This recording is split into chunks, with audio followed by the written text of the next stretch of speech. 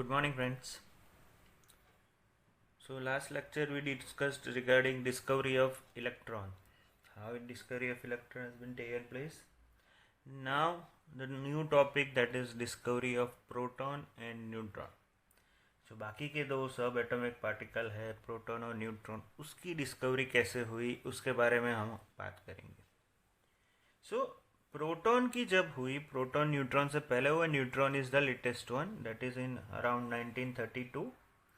And proton जो है 1919 के आसपास हुआ. सो इलेक्ट्रिकल डिस्चार्ज ही कैरिड आउट है. Electrical discharge carried out by modified cathode ray tube. Right, electrical discharge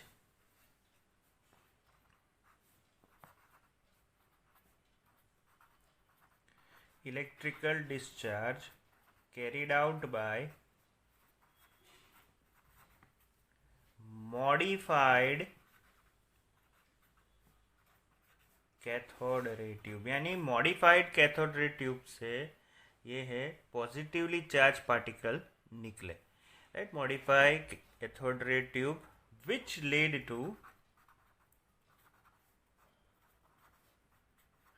led to positively charged particles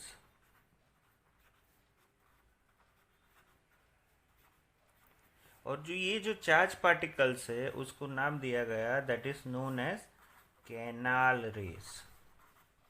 वो थे कैथोड रेज, ये है कैनाल रेज. ये डिफरेंस है दोनों में. ठीक है. And now some characteristics of this positively charge particles are there. So let us discuss the characteristic.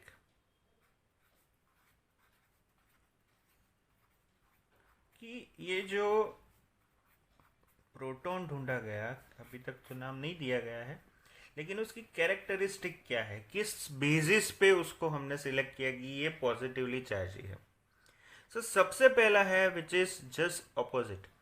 Unlike the cathode rays, positively charge particles depend upon nature of the gases. कल हमने देखा था कि जो कैथोड रेज है which do not depend upon the material which is used into it, material of the electrode and nature of the gas. but यहाँ पे हम बोल सकते हैं कि this positively charged particles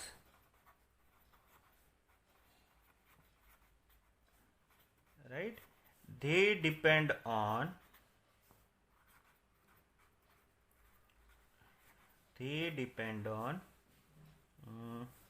positively charged by the nature of the gases.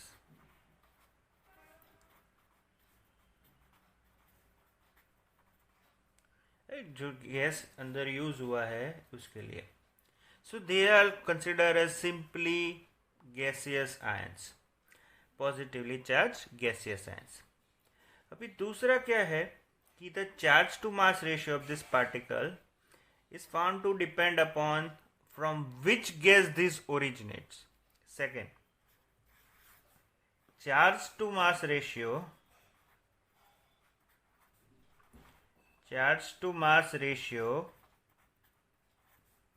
depends on from which gas it originates. कौन से gas में से उसका ओरिजिन हुआ, कहाँ से स्टार्ट हुआ, उसको पॉजिटिव आयन बनना कब स्टार्ट हुआ, दैट इज दैट. तीसरा है कि some positively charge particles carry, right, positively charge particles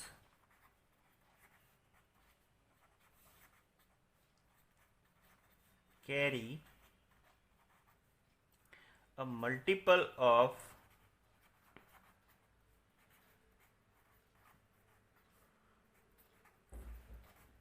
the fundamental unit of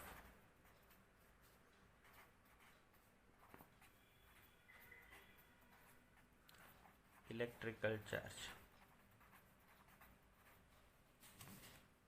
And fourth one, that is behavior of these particles in magnetic and electric field is just opposite to the behavior of cathode rays. Right? Behavior with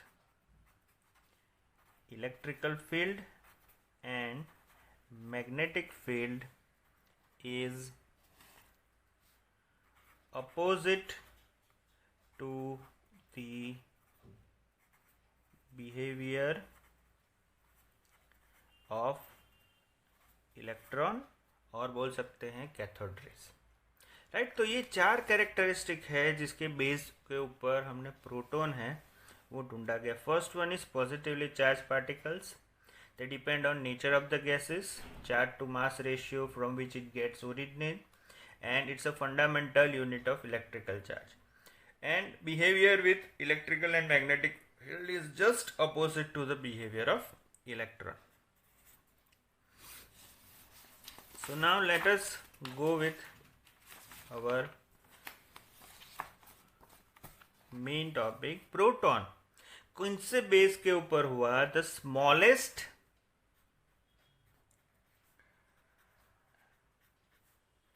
and lightest, हल्का, smallest and lightest positive ion जो consider किया गया, positive ion, that is hydrogen. Right, it was obtained from hydrogen, so it was called as, नाम आया proton. इसके ऊपर से नाम आया प्रोटॉन. हाइड्रोजन में से मिला, हाइड्रोजन में एक ही प्रोटॉन होता है, तो उसके ऊपर से नाम मिला प्रोटॉन, जो अराउंड 1919 में ढूंढा गया बाय गोल्डस्टीन नाम के साइंटिस्ट ने ढूंढा था. उसका क्रेडिट है उसको जाता है, गोल्डस्टीन को. थॉमसन है वो इलेक्ट्रॉन, गोल्डस्टीन है वो proton, and James Chadwick in 1932 that is neutron. Okay, ये हो गया, एक निगेटिव मिल गया हमको वो इलेक्ट्रॉन और एक पॉजिटिव मिल गया. So now later need was felt that the electrically some neutral particle should be there. So neutral particle होगा तो कॉन्स्टिट्यूएंट ऑफ एटम है वो क्या रहेगा? इलेक्ट्रिकली बैलेंस रहेगा. सो फॉर दैट इन 1932, जैसे मैंने बोला, इन 1932 neutrons were discovered, न्यूट्रॉन ढूंढा गया by James Chadwick. James Chadwick ने ये ढूंढा था.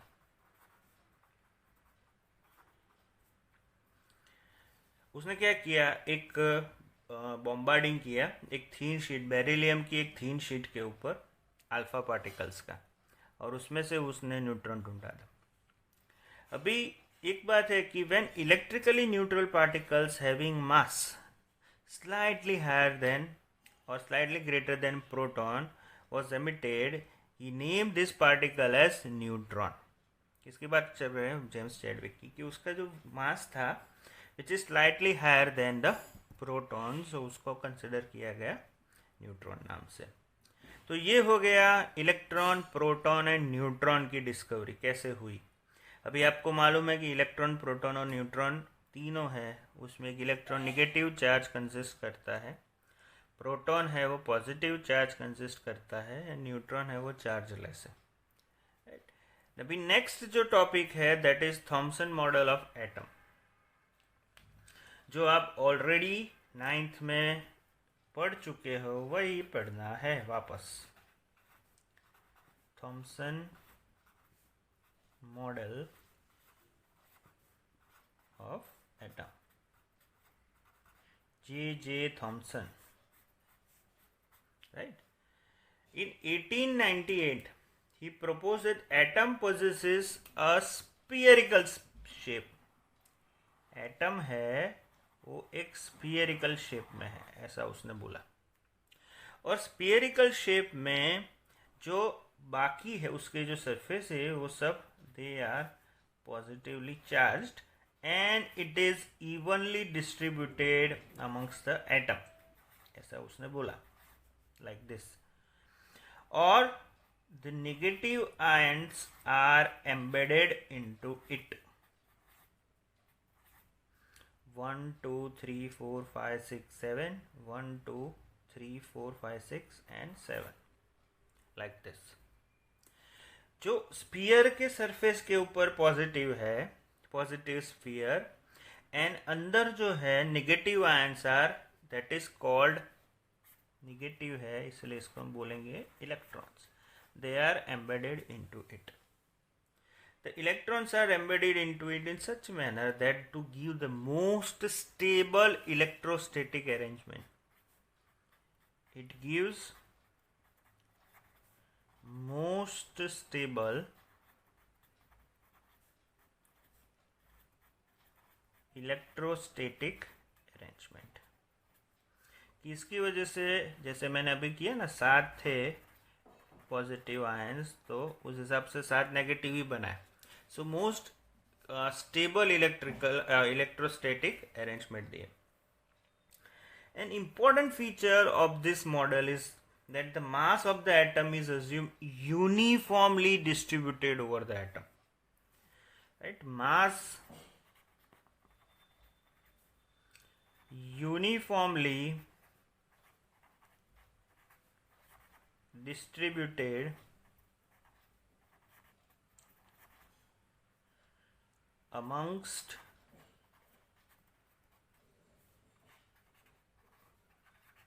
the atom.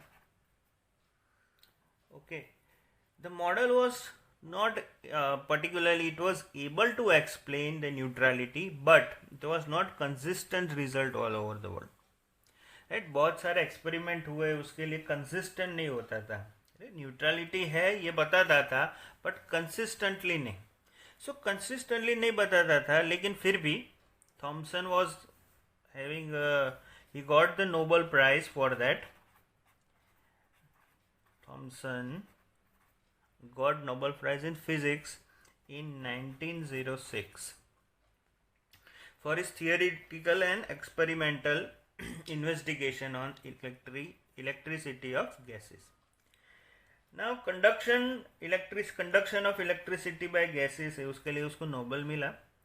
लेकिन इसमें एक चीज़ है कि ये पॉजिटिव स्फीयर है, उसके अंदर जो इलेक्ट्रॉन एम्बेडेड है, उसके साथ साथ एक हमने जो एक बात की कि एक्सरे जो है, विलियम रॉन्टजन करते एक साइंटिस्ट था, उसने जब इलेक्ट्रॉन डिस्कवर हुआ, तो इलेक्ट्रॉन में क्या होता था कि हम कैथोड से एनोड जाते थे. तो जब भी कैथोड टू एनोड जाते थे तो यहाँ पे एक ब्राइट स्पॉट है वो मिलता था हमको. तो जब ब्राइट स्पॉट मिलता था तो at that time the nature of that radiation was not known. So he name that, हम जैसे मैथ्स में ले लेते हैं या हमारे एक लेटर्स अज्यूम करके ले लेते थे एक्स, वैसे ही उसने रॉन्टजन ने एक्स रेज करके एक रे का नाम दे दिया, which is still carried on, जिसको हम अभी भी एक्सरे ही बुलाते हैं. विलियम रॉन्टजन, जो अभी भी एक्सरे के नाम से ही जाना जाता है. Right, so all these are, and we know that they have very high penetrating power. हमारी बॉडी के अंदर भी वो देख सकता है अंदर इंटरनल बॉडी में क्या है, even though study of interior of the objects also. So x-ray, they are not deflected by electrical and magnetic field, but they have very high penetrating power to the matter also. So तब उसने उसका नाम x ray दिया था, वो अभी तक चल रहा है. So they have very short wavelength but possesses very good electromagnetic character. एक इंफॉर्मेशन है, ये आपको जाननी है. राइट, उसके अलावा भी बहुत सारी है. अल्फा बीटा गैमा कैसे ढूंढा गया.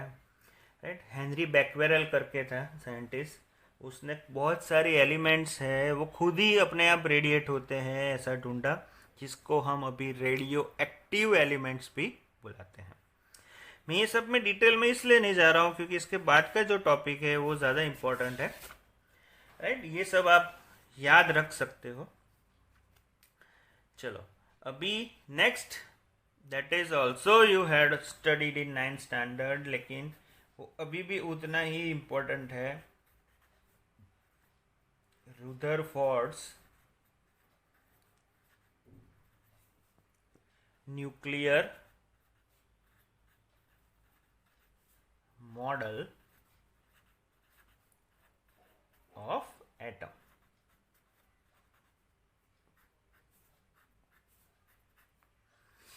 न्यूक्लियर मॉडल ऑफ एटम, तो उसके लिए हमको ड्रॉ करनी पड़ेगी एक फिगर।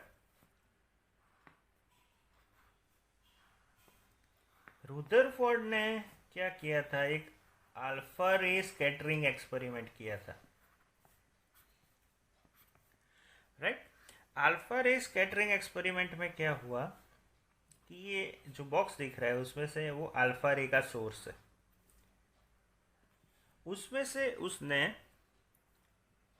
एक स्लिट बना के उसके अंदर से उसने पास की।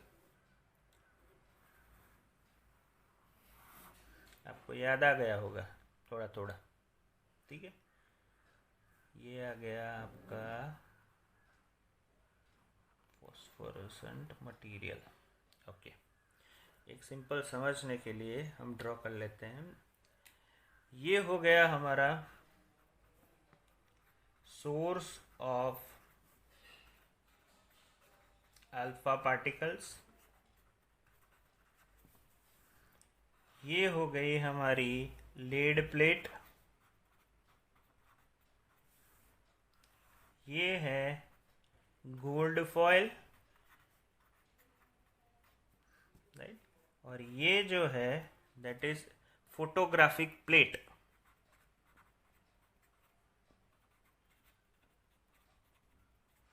फोटोग्राफिक प्लेट जिसके ऊपर जैसे हमने बताया था कि जिंक सल्फाइड का लेयर होता है, ओके।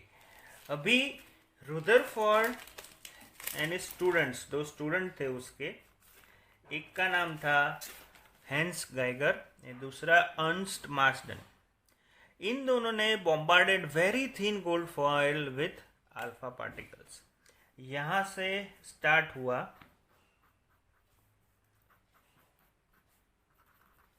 येलो कलर है तो शायद नहीं दिख रहा है, तो let us shift to red.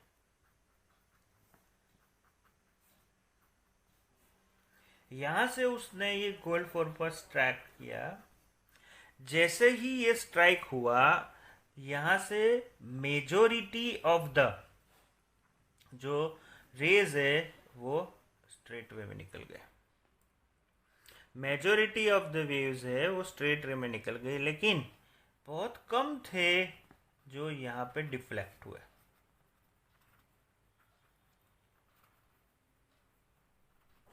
और कई कई तो वापस भी गए, रिफ्लेक्ट भी हुए 180 डिग्री पे, like this, right. So from this what he had observed कि एक stream of high energy radio active sources was directed and thin gold foil had a circular fluorescent zinc sulfide screen on it, and when alpha particles struck on it a tiny flashlight was produced, जैसे ही electron की discovery में था। But it was expected at that time that the particle would slow down and change the direction only by a small angle, right? Only by a small angle change होगा, but what was observed, right? So it was observed that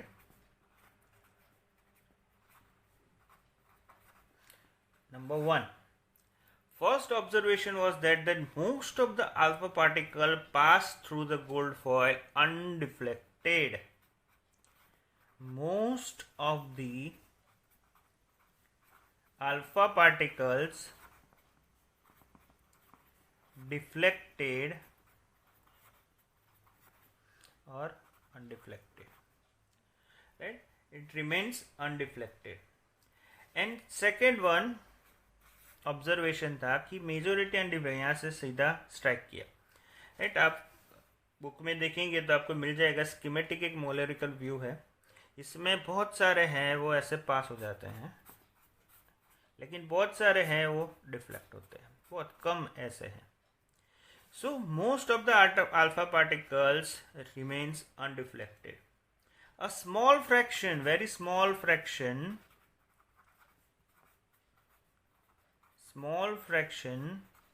of alpha particles deflected at small angles. मैंने बोला है small angle पे deflect करते हैं। Number 3 ऐसा बोल रहा है कि very few alpha particles bounce back. A few particles bounced back at 180 degree. 180 degree यानी 1 in ऑलमोस्ट 20,000 का रेशियो है। 20,000 रेस निकलते हैं, उसमें से एक है वो रिफ्लेक्ट होता है, that is 180 degree. Now on this observation Rutherford concluded the structure of atom. Okay, so what are the conclusions?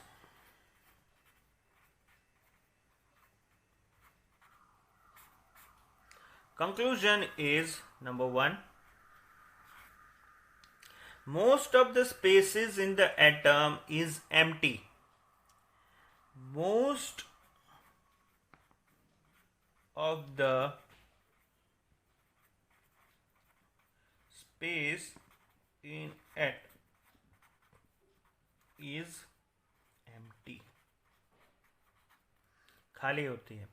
कहने का मतलब है ये एक एटम है, उसमें ये छोटा सा न्यूक्लियस होता है, तो यहाँ से पास होगा तो डेफिनेटली वो पास हो जाएगा, रे जो आ रहा है, लेकिन जब वो सेंटर को स्ट्राइक करेगा तो डिफ्लेक्ट होगा।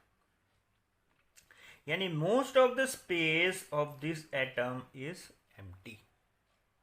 Okay, so number 3।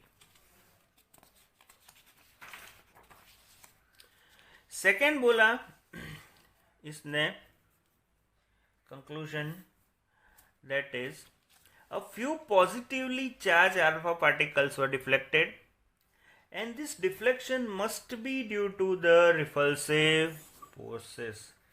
This deflection must be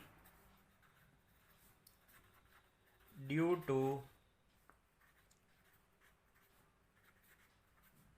repulsive forces। अंदर repulsive forces लगते हैं, so because of repulsive forces that showing that positive charge of the atom is not sprayed throughout the atom, just like Thomson ने बोला था। And third one, that is volume occupied by the nucleus। ये most important है, volume occupied by nucleus is negligibly small as compared to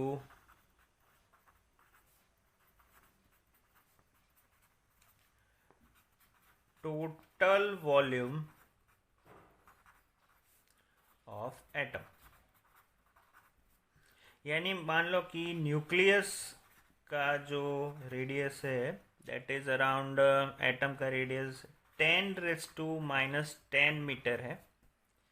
okay, so sorry 10⁻⁻15 आएगा, and the particular atom का जो radius है that is 10⁻10 metre. इससे क्या है, एक सिंपल ये समझते हैं कि एक रबर की बॉल है या टेनिस बॉल है, वो टेनिस बॉल है वो न्यूक्लियस है, और उसके आसपास की जो 5 किलोमीटर की पेरीफेरी है, 5 किलोमीटर की, दैट इज द स्पेस खाली एटम का, right. So this is 10⁻10 metre atom and nucleus is 10⁻15 metre. Now, on the basis of this observation and conclusions, he proposed the nuclear model of atom. Number 3, Rutherford proposed nuclear model of atom. Number 1, क्या था कि positively charge and most of the mass of the atom was concentrated in small origin in the centre, and this small origin of the atom was called nucleus. The small region in the center which carry mass of the atom, that is known as nucleus, right. Rutherford ने उसका नाम nucleus दिया. Second, उसने क्या बोला, the nucleus is surrounded by the electrons. यह center में nucleus है, that is proton plus neutron, अभी ये हमको आता है, और electron is revolving around it on its axis और on its orbit, that is circular path, that is called orbit, just like sun. उसने ये कंप्लीट रिसेम्बलेंस है वो सोलर सिस्टम के साथ भी किया, कि जैसे ही सोलर सिस्टम में सन है वो हमारा न्यूक्लियस है और बाकी के प्लैनेट्स है उसके आसपास है, वो रिवॉल्व करते, उसके घूमते रहते हैं उसकी ऑर्बिट में because of gravitational force. Same इसमें because of repulsive and many kind of forces are there. इसकी वजह से सेंटर न्यूक्लियस है, उसके आसपास इलेक्ट्रॉन है, वो भी सर्कुलर पाथ के ऊपर मूव कर रहे हैं. एंड थर्ड, उसने बोला कि electron and protons are held together, they are held together with electrostatic